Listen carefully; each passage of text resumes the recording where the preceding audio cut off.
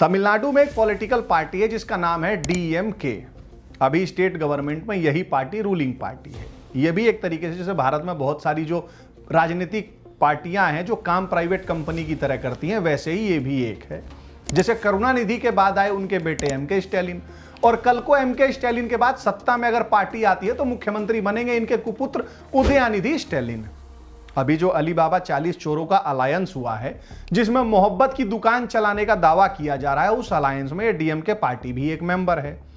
हाल ही में उदयनिधि स्टैलिन का एक बयान बड़ा चर्चित हो रहा है जिसमें उन्होंने कहा है कि सनातन धर्म जो है वो एक मच्छर जैसा, फ्लू जैसा, डेंगू मलेरिया टाइप है जिसे इरेडिकेट यानी खत्म कर दिया जाना चाहिए। इसके बाद एक लीगल राइट ऑब्जर्वेटरी नाम का एनजीओ है। ये लोग लीगल राइट्स के लिए कुछ कुछ करते रहते हैं। ये लोग कानून फानून के जानकार लोग हैं। तो इन्होंने ट्वीट किया कि हम अलग अलग लीगल रेमेडीज को एक्सप्लोर कर रहे हैं ताकि इस फिल्थी मच्छर को जो चर्च के इशारे पे सनातन धर्म को बदनाम कर रहा है को इरेडिकेट कर सके। साथ ही उन्होंने लिखा कि यू वॉन्ट गो अनपनिश्ड उदया स्टैलिन, जिसका जवाब देते हुए उदया स्टैलिन ने कहा कि आ जाओ, ब्रिंग इट ऑन, मैं किसी भी कानूनी चुनौती को फेस करने को तैयार हूं।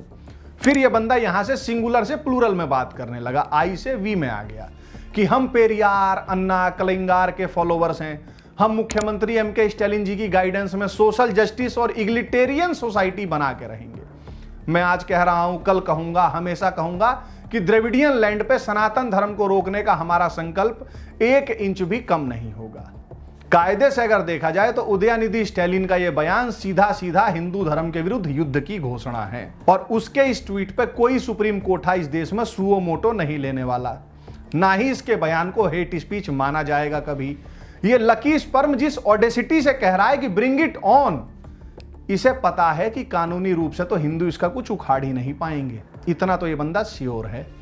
दूसरा, इसने अपने ट्वीट में 2 शब्द लिख दिए जिन पर मैं चाहता हूं आप विशेष ध्यान दें, सोशल जस्टिस और इग्लिटेरियन सोसाइटी। ये दोनों वर्ड्स कुछ नहीं है, ये मात्र कंडोम है जिनका प्रयोग एंटी हिंदू फोर्सेस, जिसमें 5 एम है सीताराम जी गोयल वाले, ये हिंदू सिविलाइजेशन को फक करने के लिए यूज करते हैं। और हिंदू जो है इन शब्दों को सुनते के साथ ही डिसआर्म हो जाते हैं। एक समोसा और 2 लड्डू लेके 15 अगस्त 1947 को हमारा देश आजाद हो गया रटने वाले सभी लोग ध्यान दें, आजादी कभी सदैव के लिए नहीं होती। The price of freedom is eternal vigilance.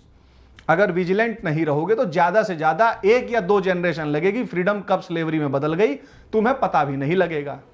हम लोग जो बिलो 30 ईयर्स एज ग्रुप के हैं, हम वही 2nd जनरेशन हैं।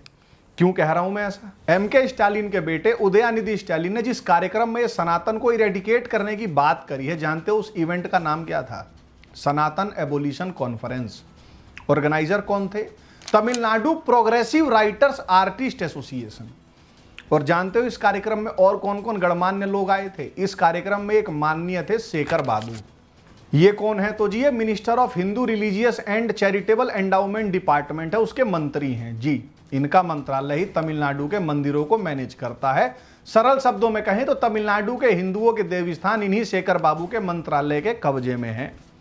वो जो टीआर रमेश जैसे लोग आंदोलन चला रहे हैं ना, फ्री हिंदू टेम्पल्स वाला, वो इसीलिए चला रहे हैं। आनंद रंगनाथन की जो नई किताब आई है अभी हाल ही में, हिंदूज इन हिंदू राष्ट्र, 8th class citizen and victims of state sanctioned apartheid, उसमें पूरा एक chapter Hindu temples in government control पे डेडिकेटेड है। उसमें भी शेखर बाबू जैसों के कारण ही वो चैप्टर लिखना पड़ा है। सोचिए, मंदिरों को चलाने का, हिंदू रिलीजन को मैनेज करने का काम सरकार ने अपने हाथों में तो ले ही रखा है, और उसे करने को शेखर बाबू जैसे लोग रखे हुए हैं जो सनातन एबोलिशन कॉन्फ्रेंसों में जाते हैं। इस सब का क्या कंक्लूजन निकालना है ये मैं आप पे छोड़ देता हूं। क्या आपका भी वही निष्कर्ष है क्या जो मेरा है? क्या आप भी वही सोच रहे हैं जो मैं सोच रहा हूं? क्या आपको भी लग रहा है कि जिन्हें हमने कश्ती समझा वही भंवर निकले? तो आइए कुछ करा जाए, क्योंकि रोने से, फ्रस्ट्रेट होने से, उदास होने से तो कुछ बदलने वाला है नहीं।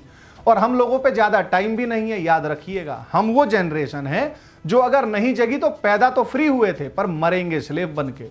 और हाँ भाई, एक और बात, जो संदीप बालकृष्ण जी जो धर्मा डिस्पैच वाले हैं, उन्होंने कहा कि जितनी जल्दी हिंदू है ना, जो ये फील गुड वाले स्लोगन्स हैं हमारे जैसे, हम तो सनातन हैं, हम तो सदियों से हैं, हजारों सालों से हैं, हमें कोई नष्ट नहीं कर सकता, बाबर आया, गजनी आया, गोरी आया, कुछ तो बात है कि हस्ती मिटती नहीं हमारी, जैसे ये जितने भी हमने चूतियापे वाले नारे गढ़ रखे हैं खुद को सेटिस्फाई करने के लिए, जितनी जल्दी इनसे बाहर आ जाएं, इस भ्रम से बाहर आ जाएं, तो इसके चांसेस बढ़ जाएंगे कि हिंदुओं की एक पीढ़ी और सरवाइव कर जाएगी इस देश में। वरना आपके अगल बगल पाकिस्तान और बांग्लादेश है।